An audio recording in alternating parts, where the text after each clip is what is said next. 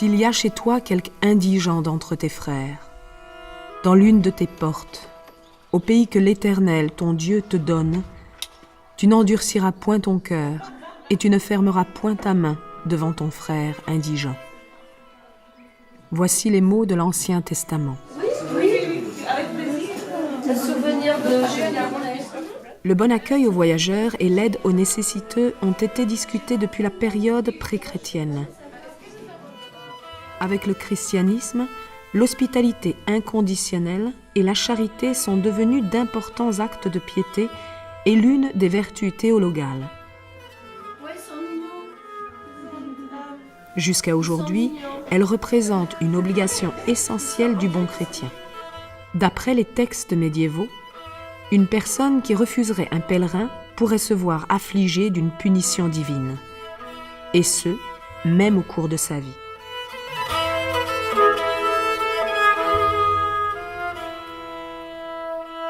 Le 11e chapitre du Codex Calixtinus, ce fameux guide pour pèlerins du XIIe siècle, met en évidence que les pèlerins, pauvres ou riches, qui reviennent de Saint-Jacques ou qui y vont, doivent être reçus avec charité et égard par tous, car quiconque les aura reçus et hébergés avec empressement aura pour hôte non seulement Saint-Jacques, mais aussi notre Seigneur lui-même, ainsi qu'il l'a dit dans son évangile. Qui vous reçoit, me reçoit. Comme les pèlerins médiévaux, nous sommes arrivés dans les villes et villages à l'improviste, gelés et trempés, épuisés et couverts de poussière, espérant un abri. C'est alors que nous nous rendons compte combien le bon déroulement de notre pèlerinage ne dépend pas seulement de notre détermination, mais aussi des actes de bonté d'amis inconnus que nous pouvons rencontrer dans les moments de besoin. Ma question, c'est pourquoi est-ce que vous avez décidé de nous aider, de nous accueillir? Parce que je suis sortie de mon travail et que j'ai trouvé une bande de jeunes assis, que je me suis demandé ce qu'ils faisaient. Et quand j'ai vu qu'ils cherchaient un logement et que j'ai téléphoné à plusieurs personnes, que personne n'a accepté de vous loger et que pour une nuit, je ne peux pas laisser des gens dormir dehors. Je ne peux pas laisser, humainement, on ne peut pas. Et j'ai fait mon possible pour vous trouver un logement, donc c'est mon garage. Merci. Voilà, de rien. Un endroit pour dormir dans un garage, une cave, un grenier, un presbytère, une grange, une salle communale ou même sur le sol d'un salon nous a plusieurs fois sauvés du froid, du vent et de la pluie. Pour les pèlerins médiévaux, ce n'avait rien d'exceptionnel. Eux aussi passaient leur nuit dans le premier lieu venu. Heureusement, il y a encore beaucoup de gens sur les routes de pèlerinage qui continuent à accueillir et à s'occuper des marcheurs comme s'ils étaient leurs amis proches. Alors, je vais juste poser une question très simple. Pourquoi accueillir et aider 12 fous qui marchent dans la rue? Non, c'est pas pourquoi fou d'abord. Non, puis c'est le plaisir de recevoir les gens. On essaye d'avoir une ville accueillante. Et ce qu'il faut dire, c'est que le Wörth, c'est une ville de transition. Il n'y a pas grand-chose. Mais je veux dire, on essaye d'accueillir les gens. Et surtout qu'ici, c'est un passage de pèlerins de Saint-Jacques-de-Compostelle. Donc, c'est pas un souci pour nous, quoi. Je veux dire, on essaie de retenir les gens au maximum, quoi. C'est tout. Mais c'est par sympathie, c'est pas par intérêt, hein, je veux dire. C'est pas, voilà, c'est tout. Merci bien.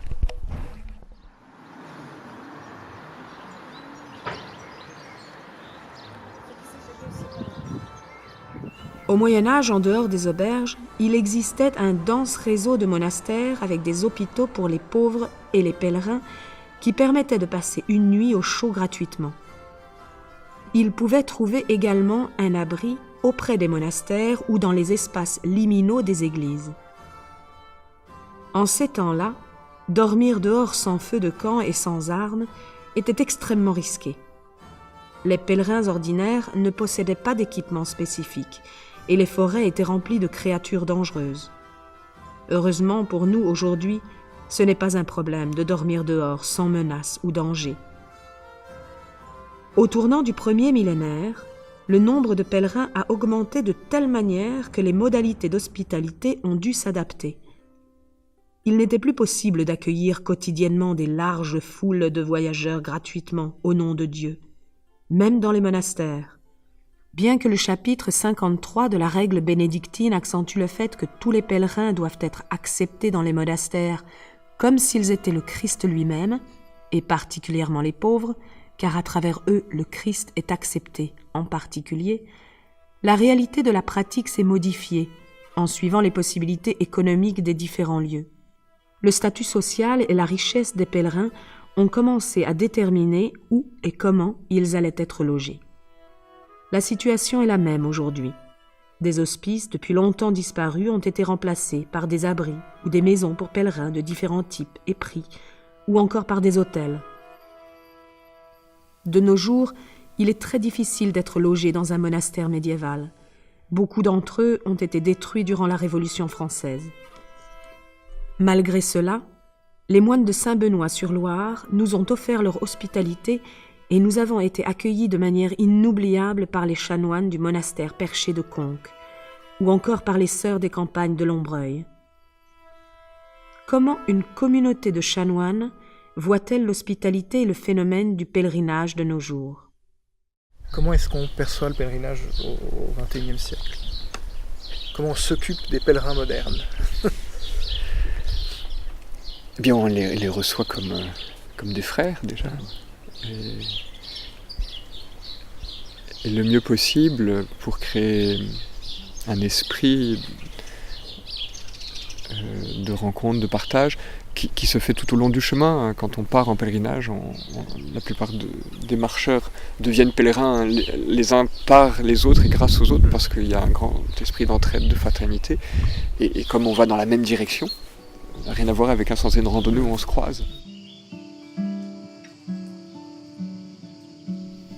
L'hospitalité spontanée dont nous avons été témoins et dont nous avons bénéficié durant notre pèlerinage est inimaginable.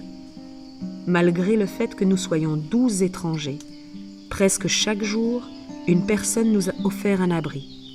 Dans les montagnes, des gens nous ont prêté leur voiture pour acheter de la nourriture.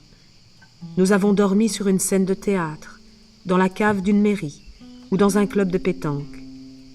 Nous avons été accueillis dans des chambres d'hôtes à Aubrac, Romagneux et la Tour d'Auvergne.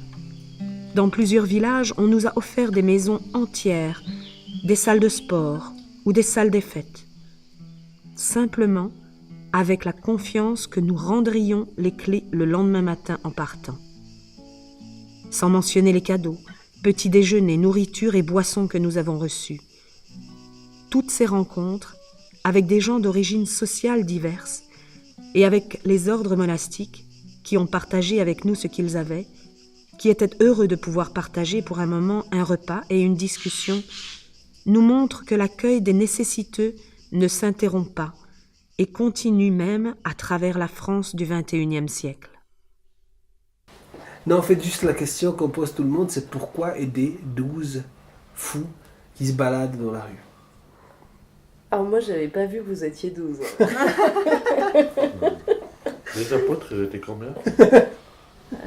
Pourquoi Non, parce que moi, quand je voyage, je réserve jamais d'hôtel et je dors souvent. Je suis souvent accueilli chez les gens pour dormir. Donc... Ouais, moi aussi, on m'a tellement aidé, j'ai tellement vécu ça que je trouve ça chouette de pouvoir le rendre. Ça permet, tu vois, regarde, on a passé une super soirée. C'est pas mal aussi. Moi, j'ai souvent du monde qui passe derrière. Bon, là, j'étais en panne de bière ce soir, mais j'ai souvent d'autres bières qui traînent pour boire un coup avec les pèlerins. Si on avait été, disons, visiblement orientaux dans nos visages, ça changeait rien? Rien du tout. Non, c'est plus ce que, comment dire, ce que tu ressens de la personne qui dégage, c'est pas qu'elle soit africaine, américaine, française ou n'importe. C'est pas ça qui est important, c'est ce qu'elle dégage. Et si t'es bien avec toi, souvent tu sens si la personne elle est tranquille ou pas.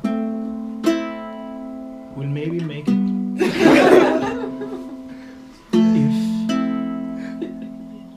If everything goes right. Everything goes right. Or everything goes wrong.